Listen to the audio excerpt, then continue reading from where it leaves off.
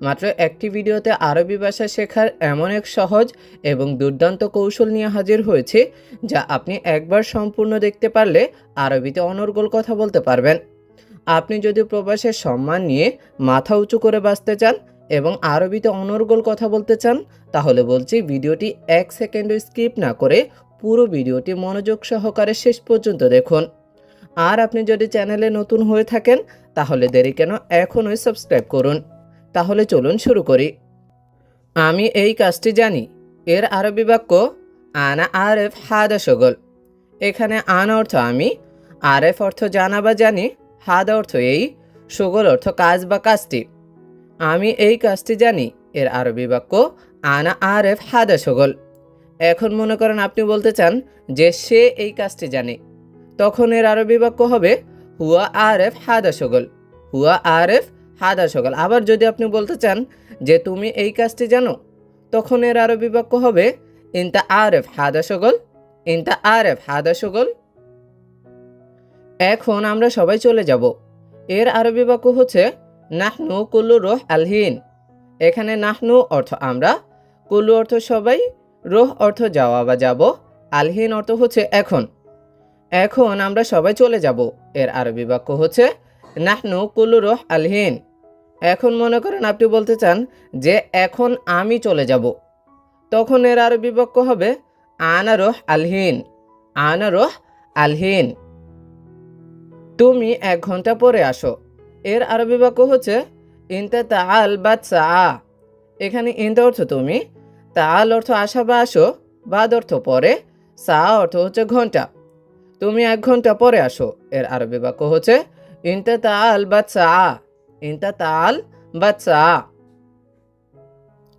আমি প্রতিদিন আসি। এর আরবি বাক্য হচ্ছে আনা ইজি কুল্লু ইয়ম। এখানে আনা অর্থ আমি, ইজি অর্থ আসা বা আসি, কুল্লু ইয়ম অর্থ প্রতিদিন। আমি প্রতিদিন আসি। এর আরবি বাক্য হচ্ছে আনা ইজি কুল্লু ইয়ম। এখন মনে করেন আপনি বলতে চান যে সে প্রতিদিন আসে, তখন এর আরবি বাক্য হবে হুয়া ইজি কুল্লু ইয়ম। হুয়া ইজি কুল্লু ইয়ম। আবার যদি বলতে চান যে তুমি প্রতিদিন আসো, তখন এর আরবি বাক্য হবে ইনতা ইজি কুল্লু ইয়ম। সকালে যাই সন্ধ্যায় আসি। এর আরবি বাক্য হচ্ছে সুবাহ রোহ মাগরিব ইজি। এখানে সুবাহ অর্থ সকালে, রোহ অর্থ যাওয়া বা যাই, মাগরিব অর্থ হচ্ছে সন্ধ্যায়, ইজি অর্থ আসা বা আসি। সকালে যাই সন্ধ্যায় আসি। এর আরবি বাক্য হচ্ছে সুবাহ রোহ মাগরিব ইজি। সুবাহ রোহ মাগরিব ইজি। আমি কি ভিতরে আসতে পারি? এর আরবি বাক্য হচ্ছে আনা ইকদার ইজি দাখিল।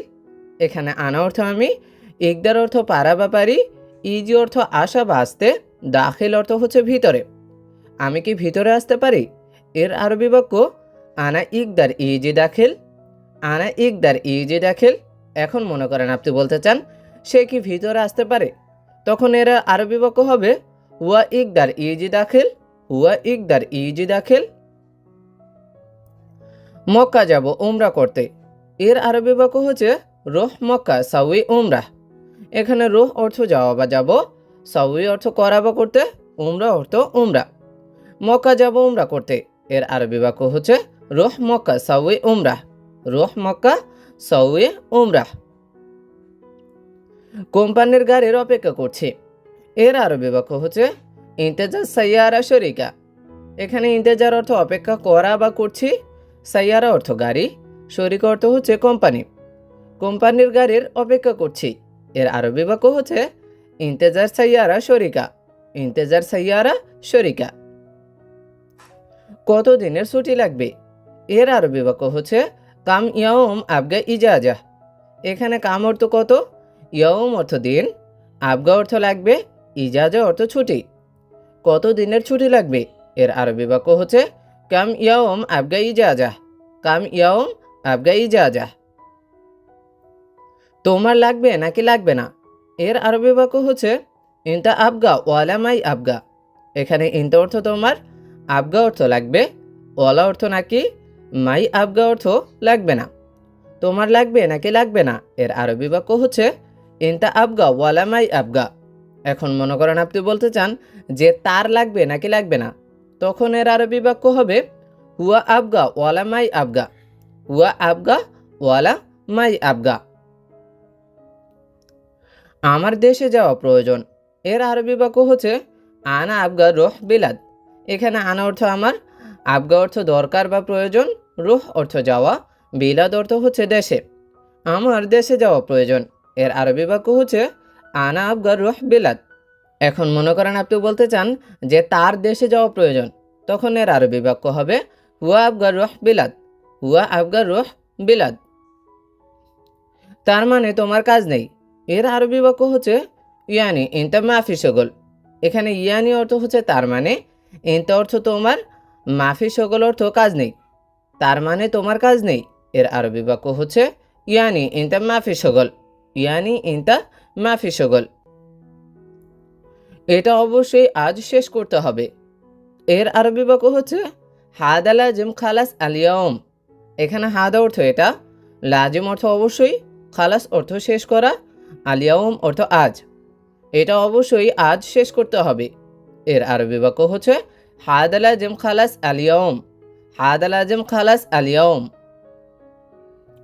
আমি এখন কাজে আছি, এর আরবি বাক্য হচ্ছে আনা মৌজুদ শগল আলহিন। এখানে আনা অর্থ আমি, মৌজুদ অর্থ আছি, শগল অর্থ কাজ, আলহিন অর্থ এখন। আমি এখন কাজে আছি, এর আরবি বাক্য হচ্ছে আনা মৌজুদ শগল আলহিন।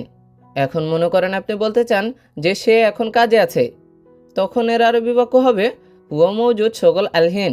অথবা তুমি এখন কাজে আছো, এর আরবি বাক্য হবে ইনতা মৌজুদ শগল আলহিন, ইনতা মৌজুদ শগল আলহিন।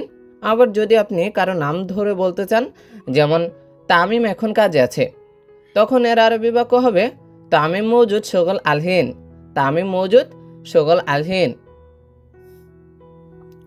আজ একসাথে খাবো, এর আরবি বাক্য হচ্ছে আলিয়াউম আকেল সাওয়া সাওয়া।